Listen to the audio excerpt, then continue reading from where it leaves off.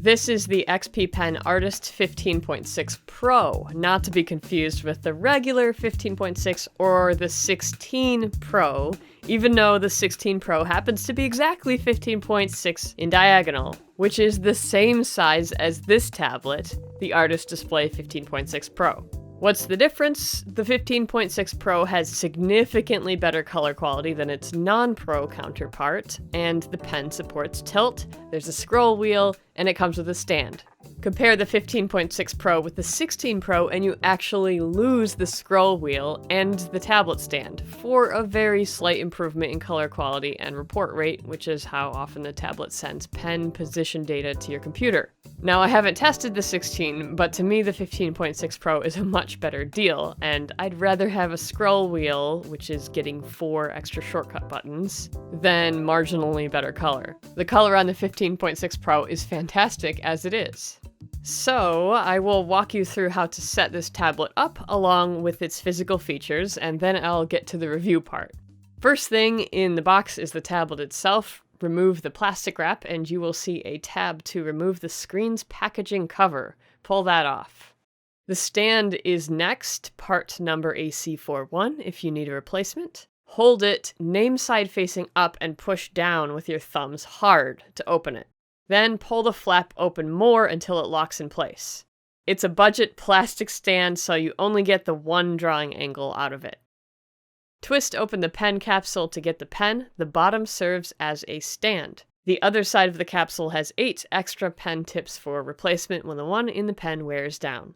This is a magic pen, no batteries, no USB charging. It has 2 shortcut buttons and is almost exactly the same as its Wacom counterpart shown here, except the XP Pen has no eraser bottom, which is not a big deal. By the way, I do not recommend drawing on tablets from one brand with pens from another brand. I've scratched tablets by doing this, so just be careful. The other pieces you get, a manual, warranty card, cleaning cloth, artist glove, adapter cable for Mac computers, tablet to USB HDMI power cable, USB extension cord, 4 power plug options for various countries. To use the international converters, close the pins on the main box, get the pin shape you need, and slide it onto the closed pins. Here's everything in the box. As you can see, the tablet itself has 8 shortcut buttons and a scroll wheel that allows up to 5 different functions. The wheel clicks as you turn it and offers a little more resistance than other XP Pen models, which gives you a better feel for what you're doing with it. On the side of the tablet is the power button and a quick switch for brightness adjustment. The screen itself has a finish on it that gets rid of the slippery, glossy feel of glass.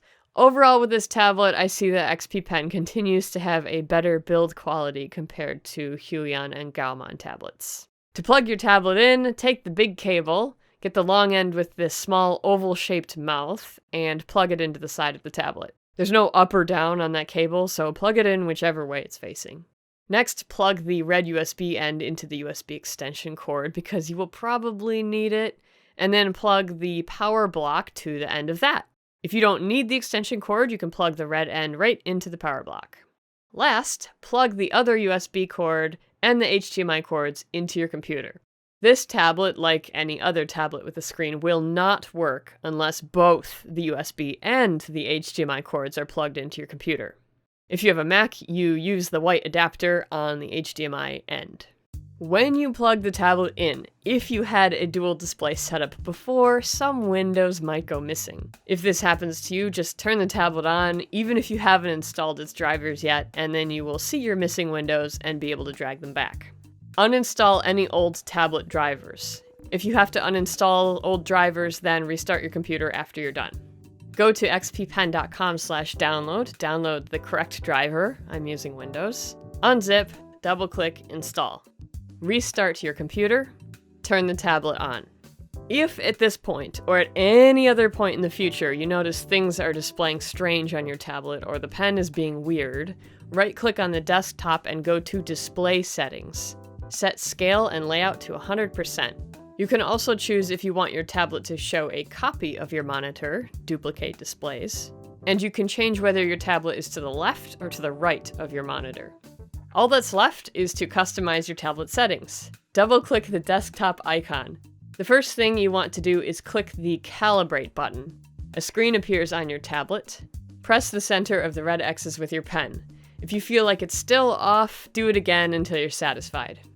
To the side of that is Display Settings, where you can change the color settings of your tablet, and if you're left-handed, rotate the tablet screen 180 degrees so you can pick it up and turn it around to get the buttons out of your way.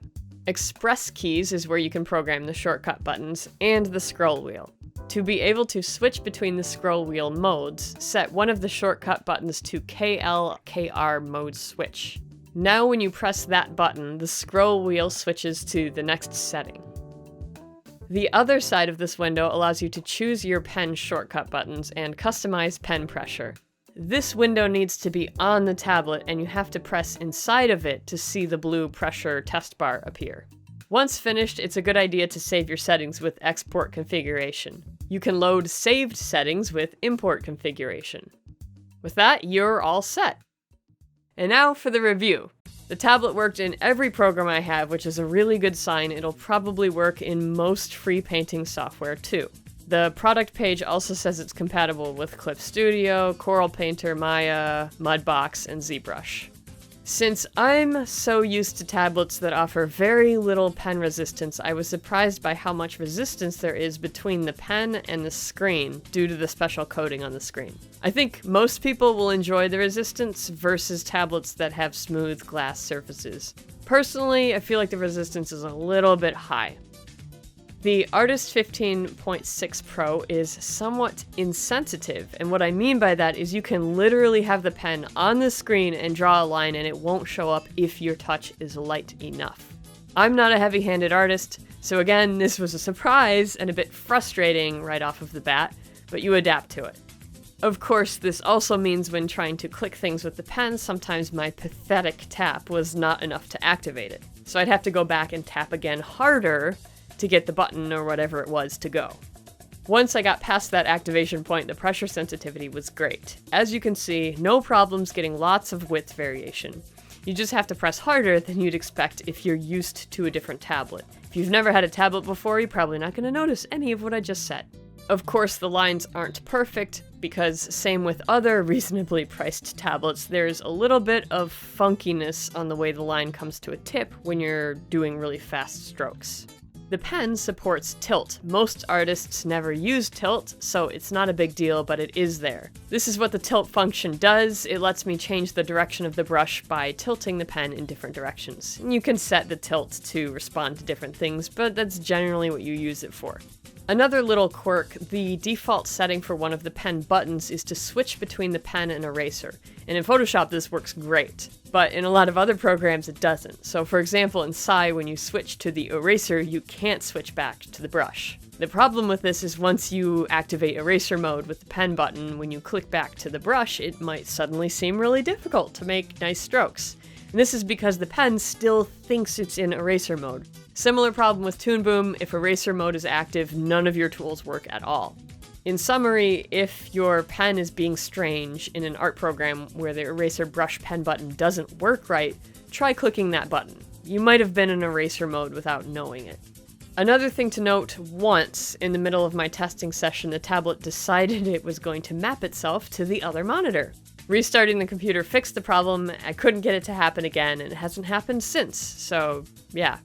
Another interesting tidbit, if you keep your computer on and turn the tablet off, the tablet monitor is still technically live.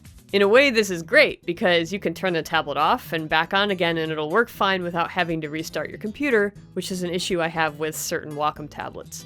But on the other hand, all of the windows over there stay over there. So you might open Photoshop and it disappears because it's on the other monitor, which is off. You can turn the tablet on and drag things back, or just right-click Display Settings, Show Only on whichever monitor, to get everything back. Just remember to fix your display settings afterward, or when you turn your tablet on, you're not going to see anything. That wraps up this review.